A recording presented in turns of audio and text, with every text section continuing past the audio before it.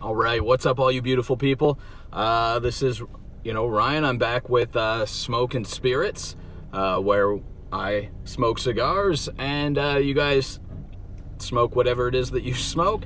No judgment from me. And we talk about the paranormal. So, yesterday I had a great investigation. Had a long drive to and from the investigation. Shot a number of videos on the way, but ultimately, even though it looked great, had a great sunset, desert in the background, it looked awesome, unfortunately just not satisfied with the presentation of the information. So I'm gonna shoot that video or those videos again today, and hopefully you guys get a little bit more out of what I'm presenting than you would have with those videos. So start things off cigar wise. I am smoking a JFR Titan.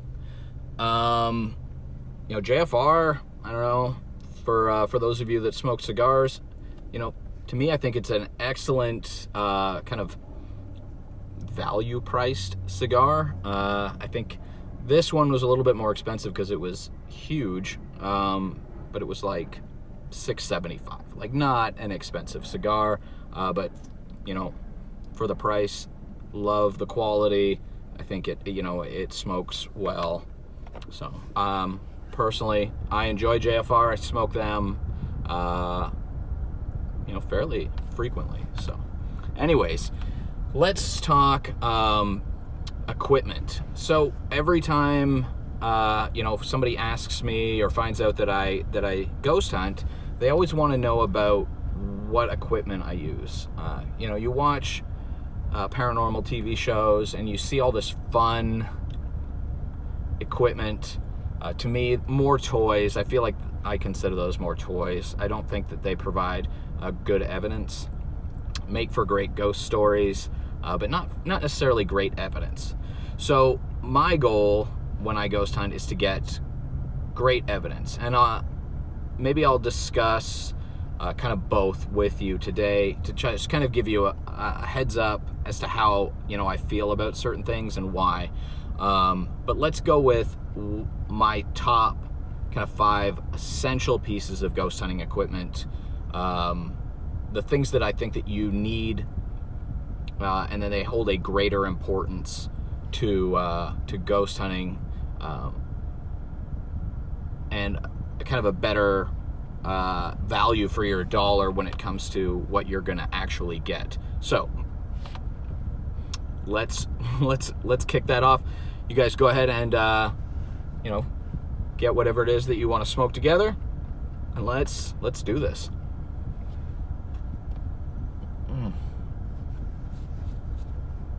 So I'm always such a mess when I shoot these videos because I always shoot them right after I leave the gym.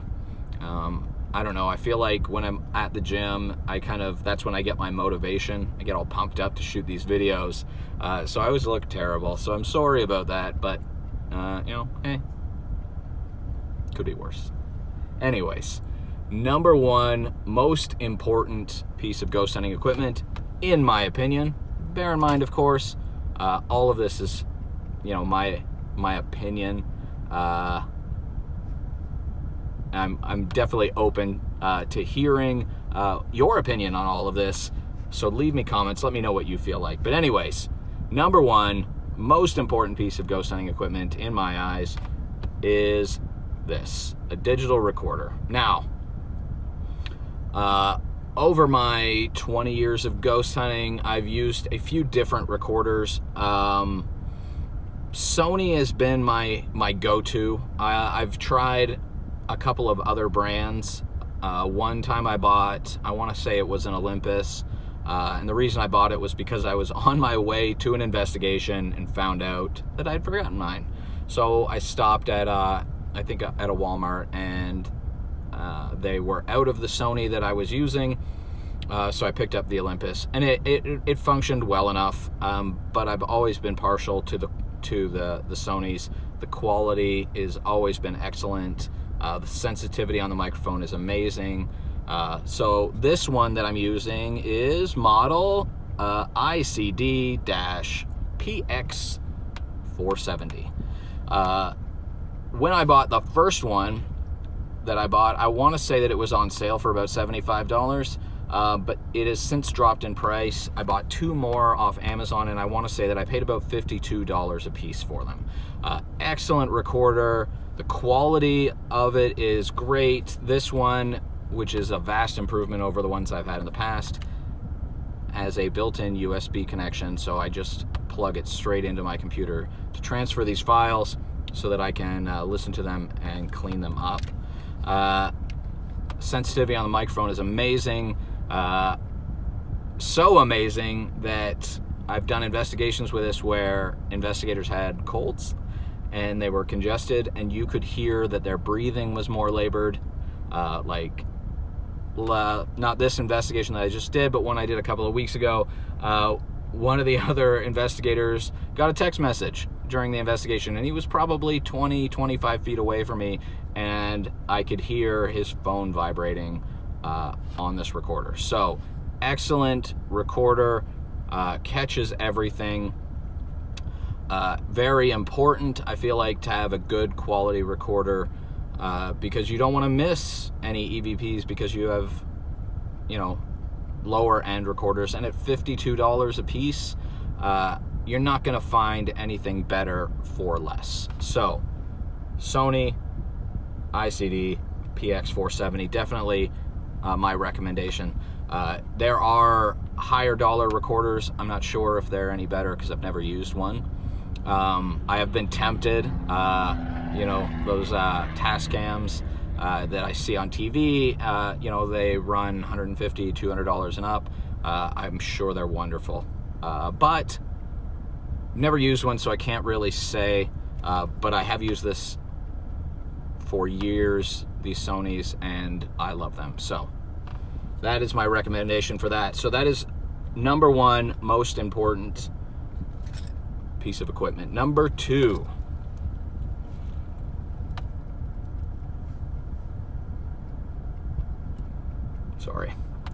number 2 is a good camera. Now, this is a Sony as well. I am not a Sony fanboy by any means. I think that they make some great things. I think they make some okay things. And I think for a long time they were riding kind of off their name when it came to a certain number of the electronics that they make. But to me, their recorders have always been top notch, and their mirrorless cameras are, as far as I'm concerned, best in the camera business.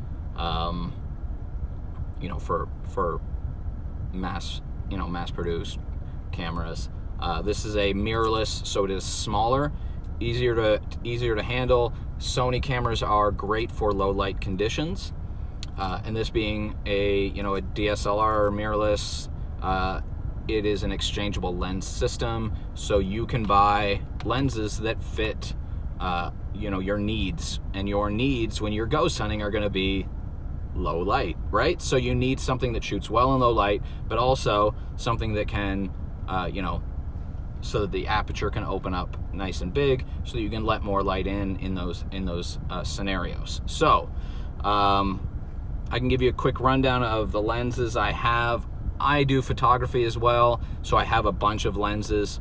The lens that I have on here is an 18-55. It is a kit lens, so the aperture is not huge, but I use this lens because it's a nice wide angle, so I use it for all my establishing pictures. So when I get to an investigation, if you watch my previous video, I tell you that I like to take pictures of the whole environment so that I've got a nice clean pictures of the whole area, so that you can refer to those if you catch anomalies in your pictures during your investigation. So if it's dark, you're not going to get to necessarily see the whole area, so you don't know if your anomalies are caused by natural things, but if you get good pictures of the whole area, you can refer to those and be like, hey, this looks, paranormal, but it is in fact a reflection off of this,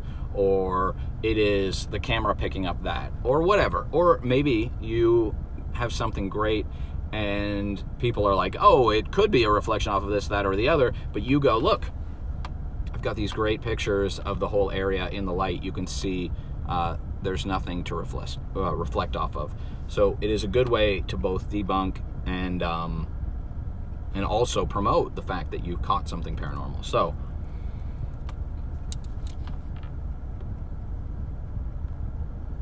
lens-wise, I use this 18 to 55 to get nice wide-angle shots of the whole environment. Now, when I'm in low-light conditions, I'll use this one. It's Mica, I think. I don't know how to pronounce necessarily this name, but it is, I don't want to tell you the wrong thing, and it's not on here. I'm pretty sure it's a 35 millimeter, could be a 28. Either way, 1.7 aperture, which is a nice wide open aperture. This lens is extremely inexpensive. I bought it brand new off Amazon, and I paid, I want to say $70 for it. So opens up nice and wide, lets you take those nice low light pictures, and doesn't kill you, in the pocketbook. People use pocketbooks, I don't know. Anyways, wallet. It doesn't kill your budget, and it is manual focus, so you will need to know kind of what you're doing with it. But outside of that, great lens for the money. I have a few others. If you're using a Canon, I have this Yongnuo. It's a 50 millimeter and it's a 1.8. It's a fixed aperture, so it's always going to be at 1.8, which does let in a great amount of light.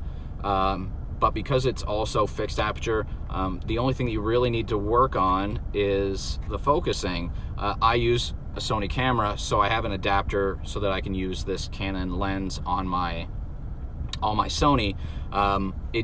My adapter does allow for autofocus, but the autofocus that I bought is relatively inexpensive and a little clumsy. So I prefer to manually focus with this lens.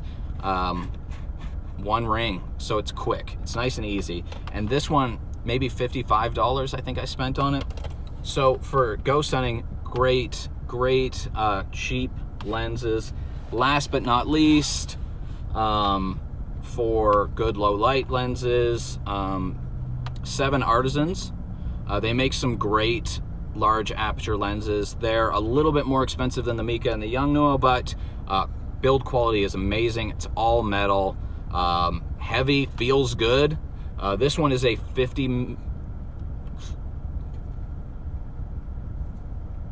55 millimeter 1.4. Now, the downside to the 55 millimeter is I'm using a crop sensor camera, so you have to multiply that by 1.4 or something. I don't remember exactly. I never really take that into account, but this one being 55 millimeters means that it's not great for tight quarters.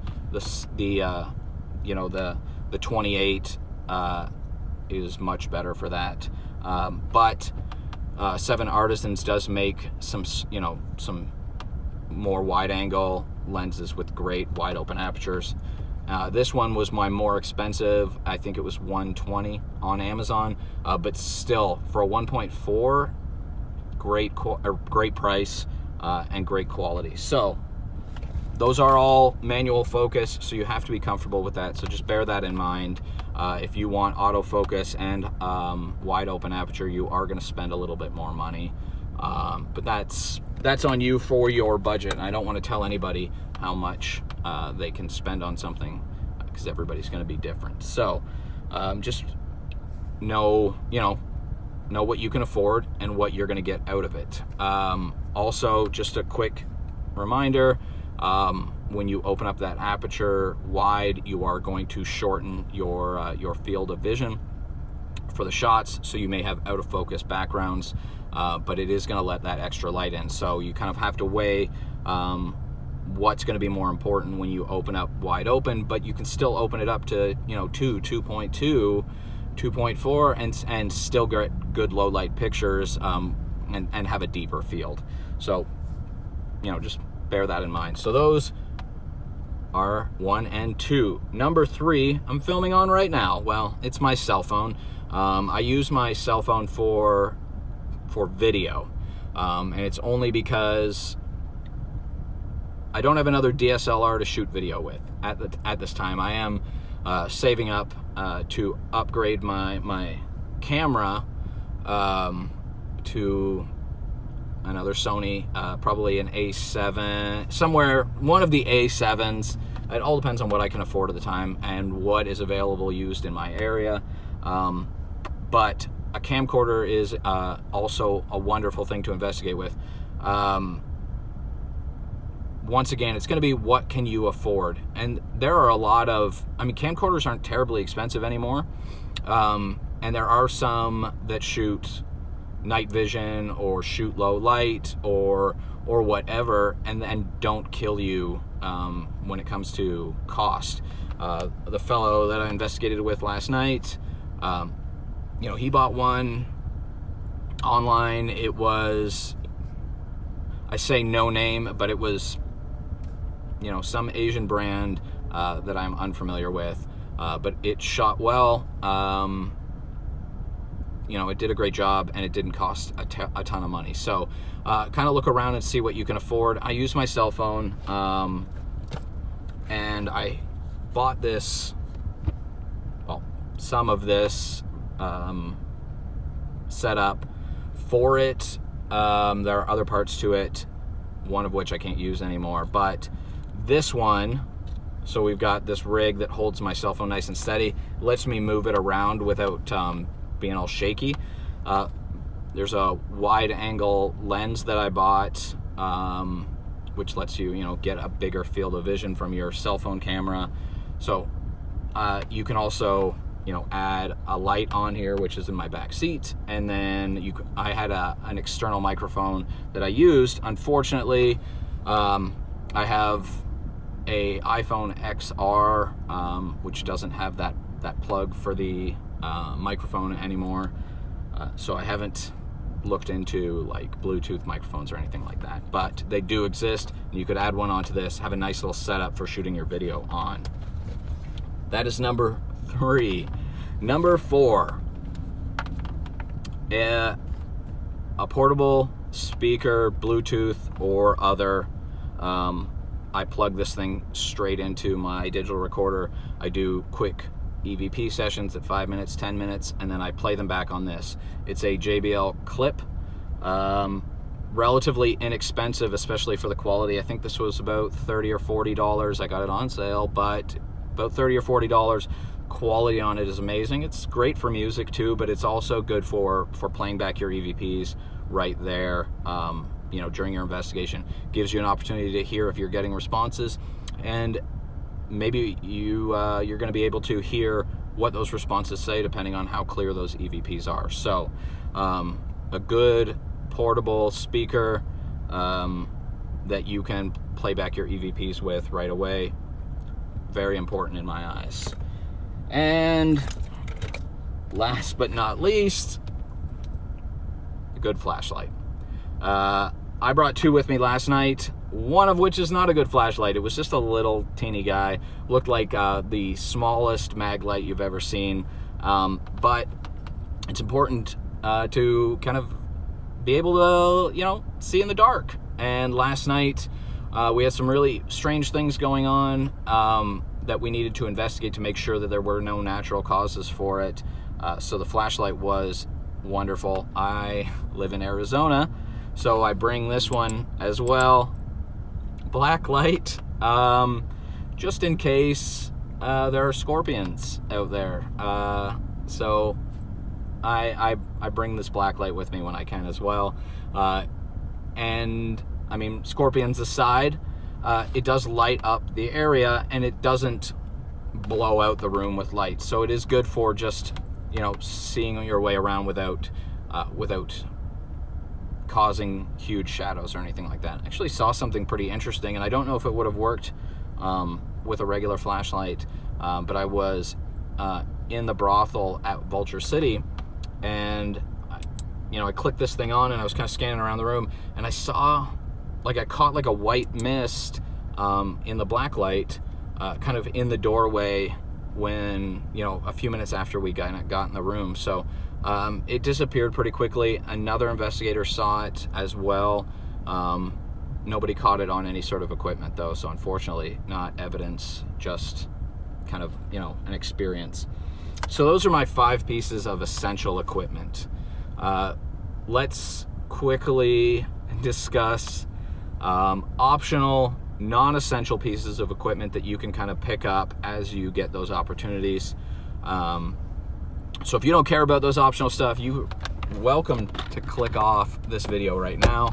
I'm going to relight real quick because I talk too much and don't smoke enough. Let me do that real quick, and then we will discuss non-essential pieces of equipment.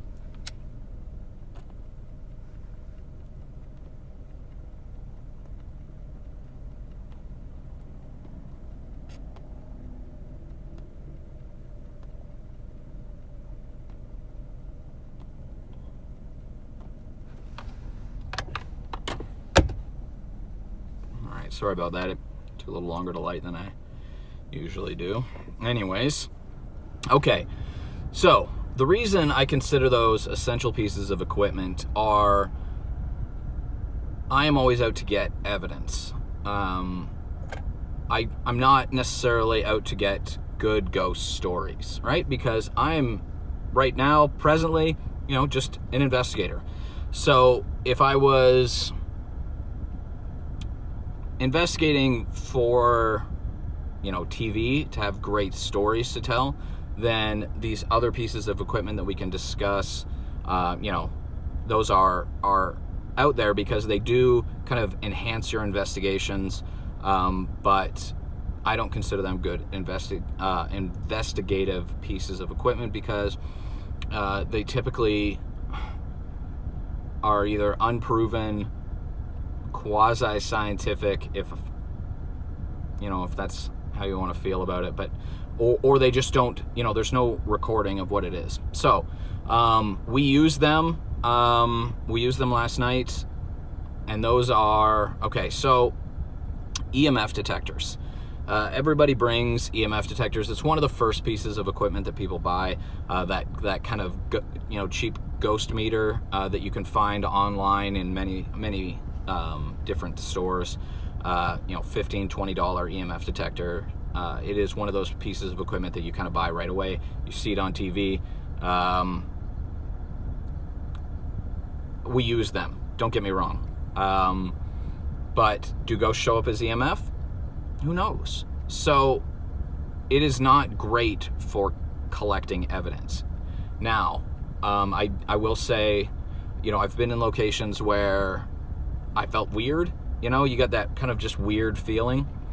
And so I pulled out the EMF detector, did a quick sweep to see if maybe there was some unshielded wiring or just a high EMF in the room, and that's why I was feeling weird, or if there maybe was potentially something paranormal. So we do use them. They are a useful tool, but in my opinion, non-essential in those regards. So with that in mind, the other piece that we used last night is a REM pod, which is, kind of a better EMF detector. It detects EMF. It also detects static.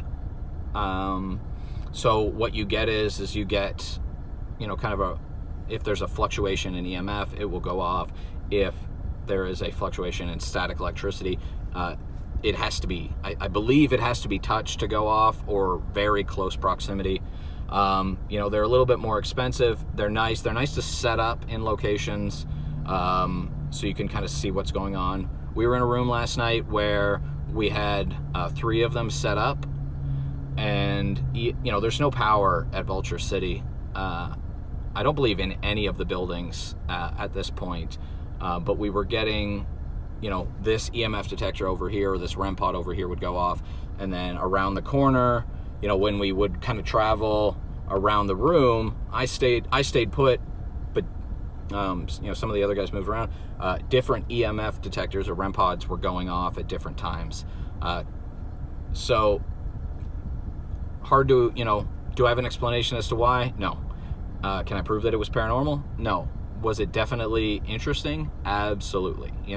K2 meters, expensive, or more expensive. We used those last night as well. A little bit better than the standard ghost meter when it comes to EMF detection. But you absolutely use those. They are very widespread in the paranormal industry for catching EMF fluctuations. Last night used one in the brothel, laid down on the bed in the brothel, pulled out some money, set the K2 meter next to me. Like I said, no power in the building, but some reason when inviting the ghosts to come, do brothely things with me and my money, the K2 meter did go off. Very interesting. Once again, can't prove that it was paranormal, but definitely interesting. And that's the problem with EMF is you definitely get stuff, and it's definitely potentially paranormal, but it just can't be proven. And that's the only reason why I say that they're non-essential. All of the equipment that I'll discuss that I say is non-essential, it's not necessarily because it doesn't work or because it can't work or the science doesn't make sense to me. It is because it can't be proven. Audio is audio. You can, especially if you're by yourself, you can prove, hey, that's not me. Or if there's people in the room, you can be, you can prove, hey, that's not me, especially if you're recording it on video.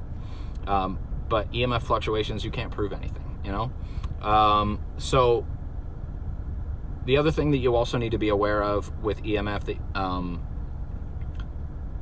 is that if people are using their cell phones, when your cell phone is, pushing for information, getting text messages, shooting video or like live video or whatever, anytime that it's transmitting, it may set off those EMF detectors if you're close proximity to them. So just bear that in mind when you're using EMF and cell phones.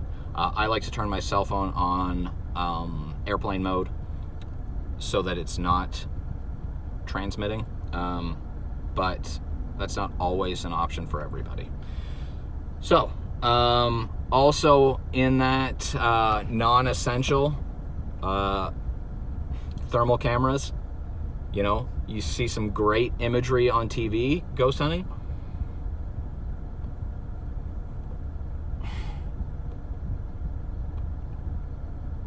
Did I go out again? I went out again. Problem with thermal. Sometimes it gives you some really cool stuff, but heat reflects off everything, especially metallic surfaces, but non-metallic surfaces as well. So you end up with a whole lot of, video or pictures where you really have to look deep into what surfaces are in the area, in the room, and just to make sure that it's not, it's not a false piece of evidence. So thermals are super expensive. There are cheaper alternatives. I've seen thermal cameras that connect into your cell phones. I don't know how well they work, but they are out there. But the problem with thermal is just, it's really tough to prove what you're getting is not a reflection off of something else. And so just non-essential because of its cost and because of how much extra work it takes to prove or disprove something. So there is that. Now, Spirit Box. I absolutely hate the Spirit Box. Have I seen on TV some people get some really amazing stuff with the Spirit Box? Absolutely. Have I ever gotten anything good with the Spirit Box myself? Never. But I don't use it very often because it's loud, and I mean, really, the most holes in any sort of bit of, evidence you're ever going to get is with the spirit box. Like, literally, even if you record it and you have the recordings of the audio and those recordings make sense, there's just too many opportunities for it to be disproven. So, use it if you like it. Certainly, I'm not going to tell anybody that it shouldn't be used. Just bear in mind that nothing that you get from it is going to be considered evidence. So,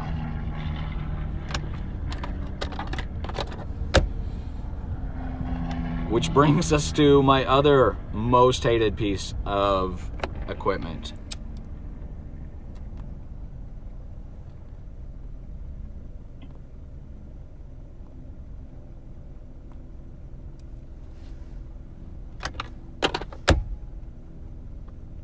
The Ovilus.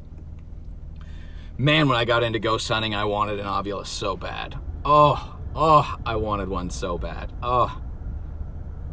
And then I used one. The first one I used was an older model, and it's probably just not in great shape anymore, and it is a nightmare. Like, it spits out words all the time, no context. It doesn't make any sense.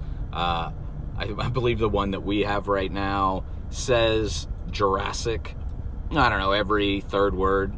So either we're talking to dinosaurs or it's malfunctioning. We have a newer model Ovilus. It is certainly a lot better quality. It doesn't spit out the word Jurassic every 2 seconds. It does say things sometimes that are applicable. We have not, we as the group that I'm in, not at an investigation that I was at, though, did get some strange responses on it, where it said words that aren't in its dictionary, which is interesting. I can't prove that because I wasn't there, but the story, they tell that story a lot. It referred to some people in the group by name, which their names aren't in the Ovilus dictionary. So it's just not evidence, Definitely good for telling ghost stories. Makes for great ghost stories, doesn't make for great evidence. So non-essential, but if you've got the money and you want to pick one up, great. I mean, they are fun to use sometimes, and a lot of this equipment is fun to use. And the stuff that it gives you can make sense, and it can be paranormal, and it can be, it can add to the quality of your investigations. But it also can do a whole lot of nothing. And none of it can be used, in my opinion, as evidence, because it's just got too many holes in it. So, like I said, buy one, use one, great. No judgment from me. But just bear in mind that it's not really great evidence, okay? And last but not least is that, I don't even know what it's called right now. Whatever it is that, that Xbox Kinect camera thing where you get like the dancing stick figures in it. If you could find something that was fancier and gave you less quality evidence than that, I would be hard pressed to find it, because as far as I'm concerned, a piece of trash. Like, the evidence that I've seen on TV that people claim, as evidence, it's so fantastic, and it is like, you can't prove any of that. Like, give me a fucking break. Like, oh, there's a ghost sitting next to you. Look, because there's this weird, oddly shaped, non-proportionate stick figure next to you. No, no. Don't call that anything. That would be the piece of equipment that I would honestly say don't use. What a waste of time and money, so that you can get super excited because you think there's a ghost next to you. And God, I have no idea what that thing, or how that thing works. But what I do know is I have never seen a ghost shape on there that looked even remotely proportionate to a human being. So if 60% of this human being are legs, what? That's not how we're shaped. That's not how human beings are shaped. So how can you tell me that that's a ghost? You know, like, oh, all of a sudden ghosts are now like, they have 5 foot tall legs and 1 foot tall body? No. If that thing worked at all, then they have got so many bugs to work out of it so that it can figure out what is a human shape, because that is not a human shape. And it, to me, never would consider any of that evidence because it is so garbage looking. It disproportionate, doesn't make sense. None of it makes sense. The way that things move doesn't make sense. Like, none of that. As far as I'm concerned, don't use that. Like, I'm super open-minded when it comes to investigative techniques and equipment, and I will try anything twice when it comes to ghost hunting to try to prove the paranormal. But to me, that thing is a waste of battery life. Like, I hate that. I absolutely hate that thing because it is garbage at best. I'm sorry to whomever makes those things or puts a lot of value or trust into those things, but unless it improves, completely garbage, and I would never suggest that anyone spend money or even use one unless you were given one for free. And even then, please spend as much time debunking anything you get with it as you can. So that's it. That's kind of, I feel like that covers most of the ghost hunting equipment out there. I will also make one quick statement of any app for your phone. Don't trust any app for your phone when it comes to paranormal investigation. Ghost hunting tools, anything that like supposed to tell you where a ghost is in the room. The Ovilus apps, like, just like I don't know how you could honestly use that and think that that's a real investigative tool. I have seen some ITC devices that I am intrigued by, but at this time wouldn't put much faith in them. So anyways, hopefully that covers everything. If I've forgotten anything, leave me a comment, let me know. Like I said, I'll try anything. So, if you've got something that you want me to try, absolutely let me know. I would look into it. But to me, the good, hard evidence holds much better value than some of the other toys. Unless it is, in fact, that you're trying to get ghost stories. They're great to talk about. I love telling ghost stories. I have tons of personal experiences that I could never count as evidence. But if you're going to spend money, start with things that get good evidence first. So that is it for this week's super long video. And until the next video, which should be Thursday, will be a quick one. Smoke if you got 'em, and I'll talk to you soon. Oh, like, subscribe, all that good stuff. Do it. Love you guys.